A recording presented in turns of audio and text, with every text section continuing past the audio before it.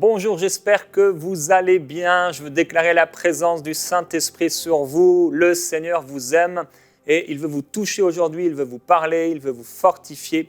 Et pendant cette semaine, on parle de la prière. Cette prière, cette vie de prière, eh bien, nous l'avons tous, plus ou moins. Certaines personnes aiment beaucoup prier, d'autres c'est beaucoup plus difficile. D'ailleurs, on en parlera après-demain. Qu'est-ce qu'on doit faire quand on n'a pas envie de prier? On verra, je vous donnerai une réponse peut-être à laquelle vous ne vous attendez pas. Souvent, quand on n'arrive pas à prier, on se dit, c'est là qu'il faut prier. On verra que ce n'est peut-être pas la solution. Et aujourd'hui, je veux parler avec vous de cette prière que Dieu aime. On a parlé hier de cette prière de supplication, cette prière qui touche le cœur de Dieu. Et Dieu est touché, on peut prier avec un cri, avec un soupir, des fois même sans mots. Et Dieu intervient instantanément parce que Dieu n'est pas insensible. Et j'ai rappelé cela hier, que le cœur de Dieu, ce n'est pas un cœur qui est dur, qui est froid. Dieu n'est pas impassible comme ça sur son trône et il regarde les hommes sans aucune expression, sans aucun amour.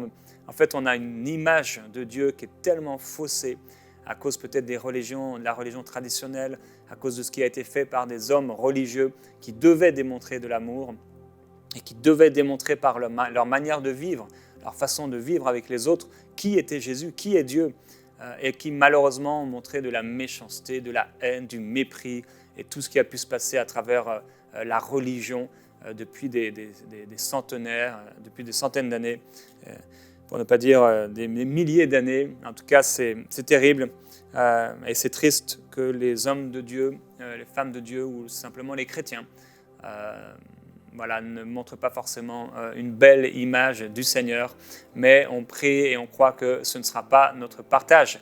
Nous allons pouvoir démontrer l'amour de Dieu et qui est notre Dieu à partir de la façon dont nous vivons. Et je prie que cela, on puisse le vivre, entre autres, avec nos enfants, qu'ils puissent voir en nous vraiment des facettes de Dieu et être touchés par l'amour de Dieu.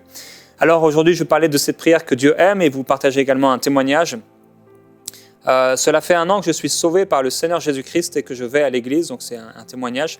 8 mois plus tôt, la première fois, je cherchais des vidéos sur YouTube pour des prédications et je suis tombé sur votre vidéo sur OMCI TV dans laquelle vous avez évoqué un témoignage d'une dame qui souffrait de problèmes oculaires, mais quand elle a prié pour que le Seigneur la guérisse, elle fut guérie.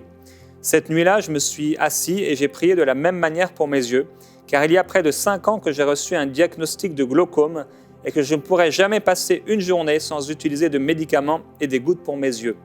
J'ai toujours eu l'impression d'être une personne handicapée. Mais cette nuit-là, j'ai prié au Seigneur de guérir mes yeux. J'ai dit, c'est moi Jésus. Jésus, s'il te plaît, guéris mes yeux. Rien n'est impossible pour toi. Tu as sauvé tant de gens. Restaure mes yeux de la même manière que tu as l'habitude de guérir les aveugles. Le lendemain matin, je suis retourné à ma vie normale et après 10 jours, j'ai réalisé que Dieu avait déjà entendu mes prières le jour où je lui ai demandé de me guérir. Je n'utilise aucun médicament pour mes yeux. Quel miracle de la part du Seigneur sur ma vie. Ce jour-là, j'ai réalisé la grandeur de Dieu et tous les jours, je remercie le Seigneur pour sa grâce sur ma vie. Cela fait déjà 8 mois que j'ai été guéri par le Seigneur. Rien n'est laissé inaperçu par notre Seigneur. Gloire à Jésus-Christ, mon Sauveur. Ah, c'est merveilleux, merveilleux de voir l'amour de Dieu manifesté ainsi. Et c'est vraiment un exemple comme celui dont on a parlé hier, que ce soit avec Ézéchias, que ce soit avec Akab, qui était un homme méchant et cruel, qui avait fait des choses abominables, et des abominations pour Dieu, et qui pourtant, par une simple prière qui venait du cœur, Dieu a été touché, et Dieu est intervenu, et Dieu l'a exaucé. Et si vous avez un problème aux yeux, je veux vraiment prendre aussi ce privilège de pouvoir déclarer au nom de Jésus-Christ la guérison de vos yeux. Si vous avez des problèmes au niveau de la rétine, des douleurs derrière les yeux, des brûlures au niveau de vos yeux, vous avez de plus en plus de mal à voir, eh bien, j'aimerais vous dire que vous n'êtes pas obligé de porter des lunettes, vous n'êtes pas obligé de vous faire opérer, mais Dieu peut vous guérir maintenant parce qu'il le veut, parce qu'il vous aime. Alors, au nom de Jésus-Christ, que la présence de Jésus-Christ puisse enlever tout ce qu'il y a, tout ce qui vous fait mal, tout ce qui vous insupporte, et que vous puissiez voir la gloire du Seigneur se manifester sur vous, au nom de Jésus-Christ, parce qu'il vous aime. Alors, la prière que Dieu aime, c'est quoi la prière que Dieu aime? Est-ce qu'il y a des prières que Dieu n'aime pas? Oui, je crois qu'il y a des prières que Dieu n'aime pas, quand les gens mettent le poing vers le ciel et en colère contre Dieu. Mais même quelque part, parfois, des gens se fâchent contre Dieu, mais il y a dans le cœur de certaines personnes qui se fâchent contre Dieu quand même un cri et un appel au secours. Et même là, Dieu peut intervenir.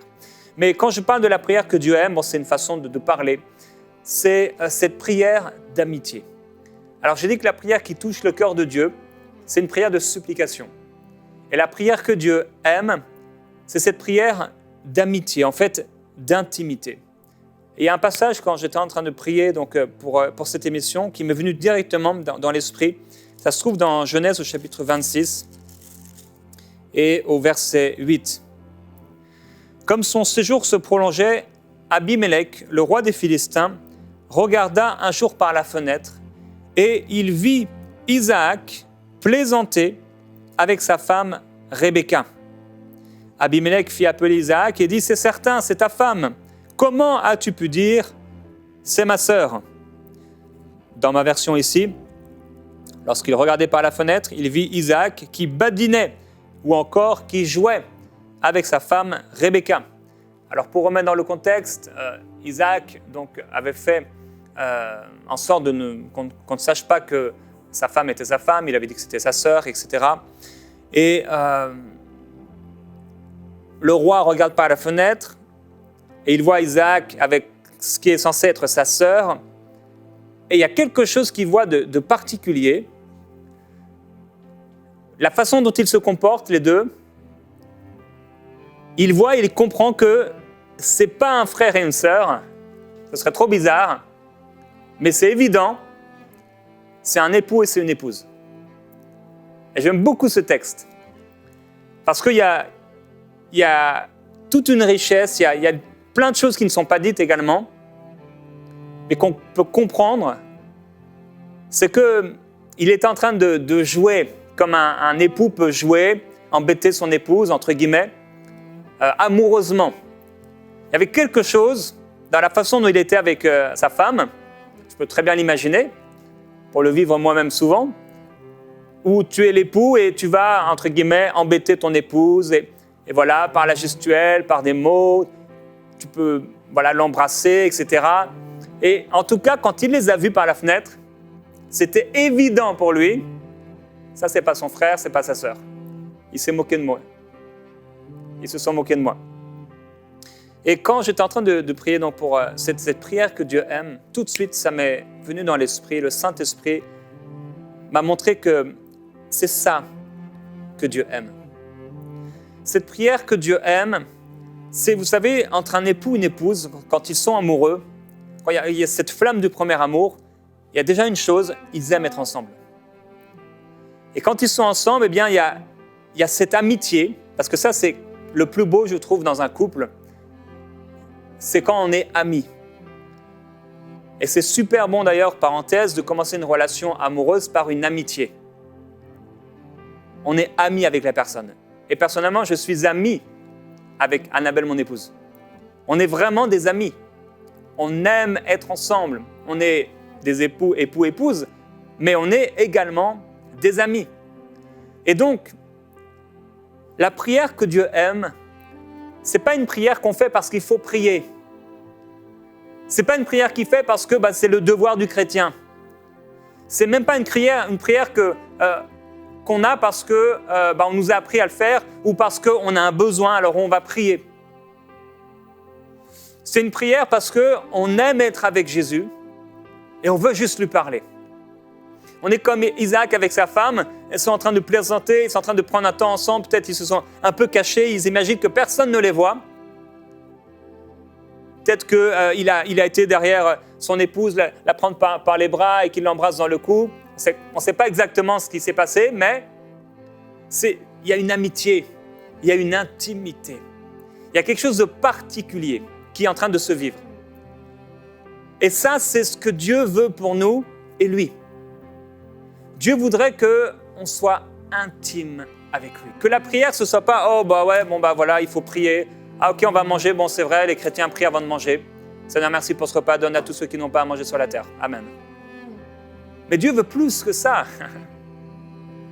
Il veut tellement plus pour nous. Cette prière que Dieu aime, c'est le seul à seul avec lui. C'est en fait prendre un temps de façon intentionnelle, juste pour être avec lui. Je ne sais pas si c'était donné rendez-vous là, et on peut avoir des rendez-vous amoureux, préparer les choses. Des fois, on entend parler souvent d'épouses qui sont indisposées. Eh bien, si elles sont indisposées, préparez-les. Vous pouvez préparer un rendez-vous. Comme ça, ils vont se disposer à l'avance. On peut préparer un rendez-vous amoureux. Et donc, cette prière que Dieu aime, eh bien, parfois, ce sont des temps qu'on a préparés. Des samedis soirs, Jésus, je vais passer un temps avec toi. Et je sentais fort dans mon cœur de vous montrer, je sais pas, comme une image. Cette prière que Dieu aime, c'est être en train de faire quelque chose aussi. Et tout à coup, alors il y a la prière qu'on va préparer, le rendez-vous amoureux, mais il y a aussi on est en train de faire quelque chose et tout à coup, on fait quelque chose de différent. Juste pour être avec lui un moment. On sort complètement du champ, on n'est plus là. On fait quelque chose de différent. Et ça, c'est souvent les moments les plus forts avec Dieu. Tu es en train de conduire ta voiture et tout à coup, j'ai envie de lui parler. Tu t'arrêtes sur le bord de la route. Tu entres peut-être par un chemin et là, tu arrêtes ta voiture. Et tu lui dis juste, Jésus, je t'aime. Je t'aime tellement, Jésus, merci. Une fois, j'ai réalisé que je n'avais pas regardé le ciel depuis longtemps. C'est fou. Est-ce que vous l'avez regardé aujourd'hui?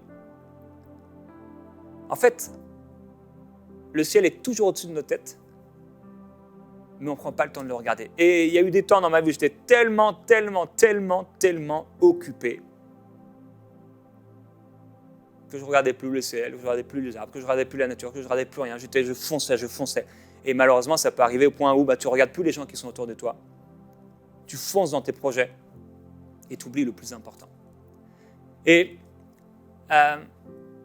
lorsque j'étais à un moment chez mes parents, mon beau-frère m'avait fait remarquer ça. Là, ça lui avait vraiment parlé, ça l'avait touché. J'allais de temps en temps parce qu'on était, toute la famille était réunie, donc il y avait beaucoup de mouvements dans la maison. Et moi, j'allais dans ma voiture, qui était devant, juste pour être avec Jésus et pour prier. Et ça l'avait marqué. Et ces temps-là, c'est des temps tellement merveilleux. C'est simple. C'est ça aussi. Cette prière que Dieu aime, c'est une prière qui est simple. C'est pas forcément extraordinaire. J'ai remarqué aussi, vous savez, on prend toujours la même route. Du chemin de la maison jusqu'au travail, en général, on prend toujours la même route.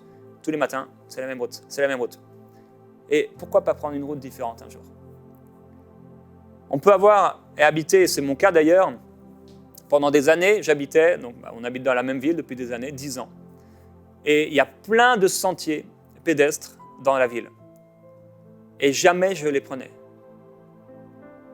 Jamais. On avait un abonnement dans un spa, c'était un abonnement annuel, on l'a eu une année. Je pouvais y aller tous les jours, j'habitais à 3 minutes en voiture. J'y suis allé 1 ou 2 fois dans l'année. Il y a des choses qu'on peut vivre et on ne les vit pas parce qu'on ne prend pas le temps pour. Il y a des sentiers sur lesquels Dieu veut nous faire marcher, mais on est trop occupé. Et des fois, on est trop occupé d'une façon de prière, d'une façon de prier. On prie d'une même façon. C'est toujours la même façon. Mon pasteur m'avait dit en Bretagne, il priait toujours de la même façon et c'était devenu sec, difficile. Vous avez déjà parlé de ça il y a plusieurs mois. Et à un moment, il a dit, il y a quelque chose qui ne va pas. Il a prié à un autre endroit de sa maison parce qu'il priait toujours au même endroit. Et là, pouf, ça a été le réveil. Un rafraîchissement spirituel. C'est particulier, mais des fois, il faut faire des choses différentes. Juste pour être avec lui. C'est tellement merveilleux, tu es là et ça m'est arrivé plusieurs fois. Annabelle a préparé à manger, on arrive à table et là, pouf, il y a le Saint-Esprit qui descend sur moi. Qu'est-ce que je vais faire? Tu es occupé, tu es en train de faire quelque chose, mais l'Esprit de Dieu te pousse à la prière. La prière que Dieu aime, c'est cette prière qui est intentionnelle, qui peut être préparée à l'avance, mais aussi, des fois, c'est comme ça. Tu arrêtes juste ce que tu fais et tu pries. Ce n'est pas une prière pour demander. Même si au cours de cette prière, il est possible que tu demandes des choses à Dieu. Et c'est juste une prière de contemplation, d'émerveillement, de remerciement, de louange, d'adoration. Et c'est frais. C'est frais parce que ça vient vraiment du cœur. C'est frais parce que ce n'est pas un devoir ou une obligation. La Bible dit dans Luc au chapitre 5 au verset 15, « La réputation de Jésus se répandait de plus en plus. Aussi de grandes foules affluaient pour l'entendre et pour se faire guérir de leur maladie, mais lui se retirait dans des lieux déserts pour prier. » Ah, ça c'est un texte étonnant. Aujourd'hui, il y a tellement de gens qui aimeraient être comme Jésus, des grandes foules qui le suivent. « Oh, je suis un grand leader, je guéris les malades. » Et lui, Jésus, qu'est-ce qu'il fait? Il y a plein de gens, des milliers de personnes qui veulent le voir. Et il se retire, pas dans une maison avec les disciples, mais dans des lieux déserts. Et pourquoi il se retire? Pour prier. En fait, c'est beau, il y a quelque chose que Jésus recherche. Il y a ce besoin, il est entouré par une foule, il y a tellement d'activités. Il faut que je parle à Dieu, il faut que je parle à Dieu. Il faut que je parle à mon Père. Oh, j'ai envie d'être juste avec lui. J'ai envie un silence pour parler. Tellement de sollicitations. Jésus dit, j'ai besoin de parler au Père. C'est intentionnel. Il se retire intentionnellement. C'est de sa propre volonté. Il aurait pu se laisser envahir. Et combien de gens se font envahir dans leur ministère, mais également dans leur vie? Ils refusent de se laisser envahir. Moi, je vais me retirer dans les lieux déserts. Je vais prier. Et ce mot prière, j'ai étudié un peu ça hier, c'était intéressant. Ça vient de deux mots. Un qui veut dire envers, donc envers quelqu'un. Et un autre mot qui veut dire, donc prier bien sûr, mais désirer. Donc, on peut le traduire, désirer être avec Dieu. Ça veut dire, il se retirait dans les lieux déserts car il désirait être avec Dieu. Alors oui, Dieu est partout, c'est sûr. Dieu connaît tout. Dieu est partout. Mais Dieu ne se manifeste pas partout et surtout nous sommes souvent envahis par toutes sortes de pensées. Et Jésus désirait être seul avec le Père. C'est vraiment une invitation. C'est comme, on a vu Isaac et Rebecca, ils sont tous les deux. C'est un rendez-vous amoureux. C'est une complicité, c'est une amitié. Il n'y a personne d'autre. C'est juste toi et lui. Et comme je le disais hier, je rappelais que Dieu a des sentiments, il a des émotions. Il est touché, il est impacté. Quand on peut pleurer, ça le touche. Il dit, j'ai vu leurs larmes. J'ai entendu leurs cris, j'ai entendu leurs soupirs. Le cœur de Dieu est touché.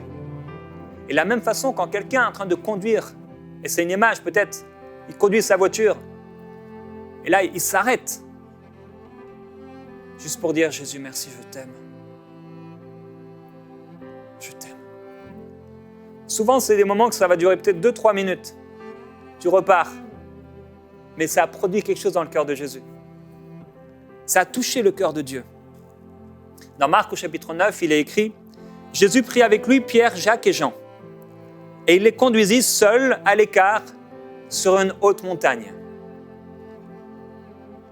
Et il fut transfiguré devant eux. Ses vêtements devinrent resplendissants d'une telle blancheur qu'il n'est pas de foulon sur la terre qui puisse blanchir ainsi.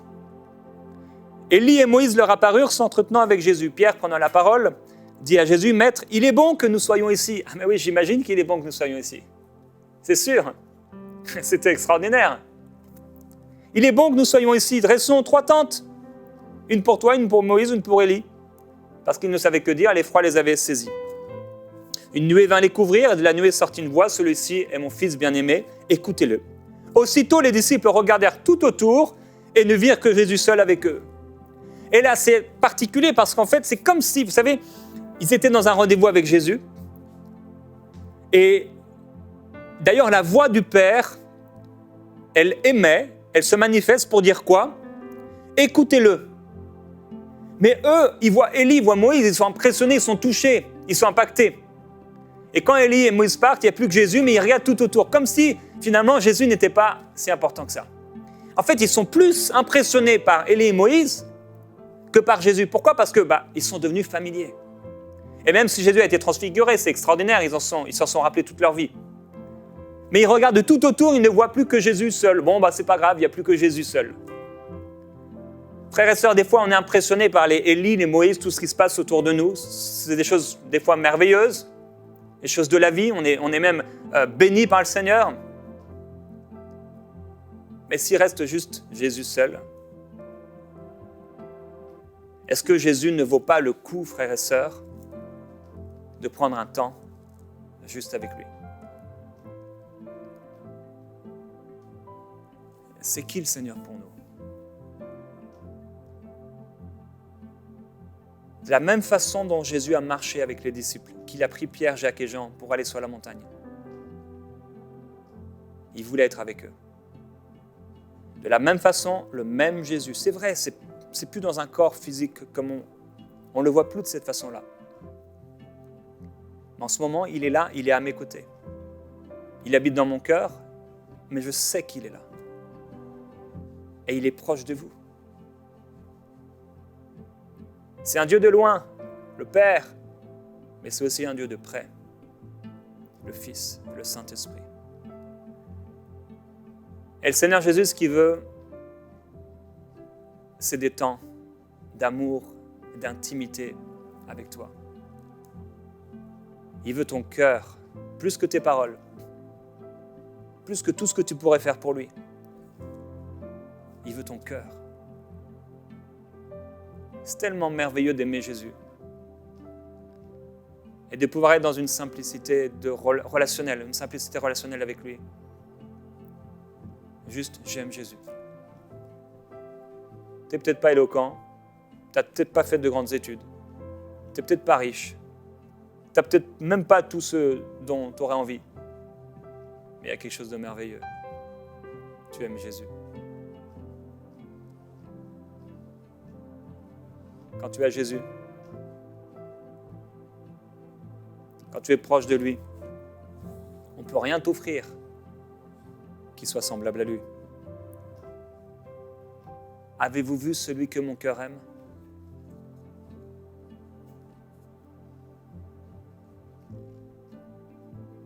Dieu dit, je n'ai rien prescrit à vos ancêtres, je ne leur ai rien ordonné concernant les holocaustes et les sacrifices quand je les ai fait sortir d'Égypte, pendant les 40 ans de leur séjour au désert. Mais voici ce que je leur ai commandé, écoutez-moi, et je serai votre Dieu, et vous serez mon peuple. C'est assez étonnant de voir qu'ils ont marché 40 ans. Ils ont fait des sacrifices, des holocaustes, d'ailleurs pas à Dieu lui-même, mais à toutes sortes d'idoles. Et Dieu dit, mais moi je leur ai rien demandé. Je leur ai rien demandé concernant des holocaustes et des sacrifices. Je leur ai juste dit, écoutez-moi. D'ailleurs, Moïse a dit, on va aller adorer sur la montagne. Ce que Dieu voulait quand son peuple allait sortir d'Égypte, c'était bien sûr le délivrer, mais pourquoi ? Pour qu'il puisse l'adorer. Avez-vous vu celui que mon cœur aime ? Il est tellement merveilleux. Il n'y a personne qui soit semblable à lui. Il n'y a personne qui soit semblable à toi, Seigneur. Tu ne veux pas des robots. Tu ne veux pas l'apparence. Tu n'en as que faire des sacrifices et des holocaustes. Ce que tu veux, c'est nos cœurs. Ce que tu veux, c'est nos vies abandonnées sur l'autel. Ce que tu veux, c'est qu'on t'aime. Tu as dit, c'est le premier, le plus grand des commandements. Tu aimeras le Seigneur ton Dieu de tout ton cœur. Alors, que notre amour pour toi remplisse nos cœurs nos âmes, que nous puissions t'aimer de toutes nos forces. Seigneur, je t'aime. Je t'aime, Jésus-Christ. Tu es mon ami précieux. Tu es celui que j'aime. J'aime être dans ta présence. J'aime te parler. J'aime arrêter tout ce que je fais juste pour te parler. Et quand je fais cela, tu me touches. Ta parole dit, on n'a pas vu un autre Dieu que toi, qui vienne à la rencontre de celui qui s'attendait à lui. C'est tellement extraordinaire que tu viennes à notre rencontre. C'est toi qui t'es déplacé jusqu'à nous. Et c'est toi qui te déplaces jusqu'à nous pour ce rendez-vous amoureux. Seigneur Jésus, il n'y a personne, ni homme, ni femme, ni bien particulier, rien ni personne ne peut te remplacer. Rien ni personne n'est semblable à toi. Rien ni personne ne pourrait prendre ta place dans nos cœurs. Et Père, je prie aujourd'hui pour mes amis que personne ne se prive de cette grâce, de cette communion, de cette relation, de cette intimité. Je prie qu'à travers les moments qu'on va avoir cette semaine, que personne ne passe à côté, mais qu'à partir d'aujourd'hui, à partir de cette semaine, il y ait quelque chose de nouveau. Seigneur, souffle sur leur vie. Souffle, rends-nous tellement simples, Seigneur. Plus simple encore. On a tellement de choses dans nos têtes, on est tellement préoccupés, on est constamment sur nos mails, sur les réseaux sociaux, sur nos téléphones. On est tellement pris qu'on oublie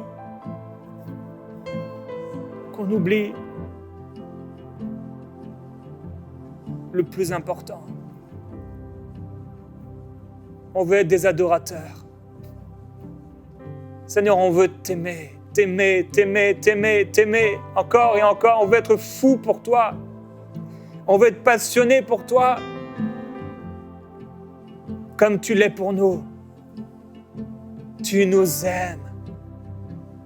Tu nous aimes d'un amour éternel. Tes pensées pour nous sont tellement nombreuses que tu veux être avec nous. Oh Père, que sa vie spirituelle soit complètement bouleversée, que son intimité, sa vie de prière vivent une révolution, une transformation, un bouleversement complet, total. Père, je prie que là où il y avait des fardeaux religieux, des jougs oppressants, que cela soit brisé en ton nom, au nom de Jésus-Christ, le Fils de Dieu, et qu'il y ait des rendez-vous amoureux avec toi de plus en plus. De façon intentionnelle, les cœurs s'ouvrent vers toi et s'arrêtent pour savoir que tu es Dieu. Te laisser la place dans nos cœurs, te laisser la place dans nos vies, te laisser la place au courant de notre journée, en pleine nuit, être juste avec toi, se mettre à genoux et t'adorer, juste te dire merci. C'est la prière que tu aimes. Merci Seigneur Jésus-Christ. On t'aime Seigneur. On t'adore. On te glorifie. Tu es tout pour nous. Merci de nous accepter. Merci de nous aimer. Merci pour ta présence. Gloire à Jésus-Christ. Prenez un temps avec lui. De plus en plus, que vous puissiez mettre cela en pratique en tant qu'ami de Dieu. Être avec lui. Juste avec lui. Je vous bénis, on va se retrouver demain dans Prière Inspirée. Bonne journée à tous.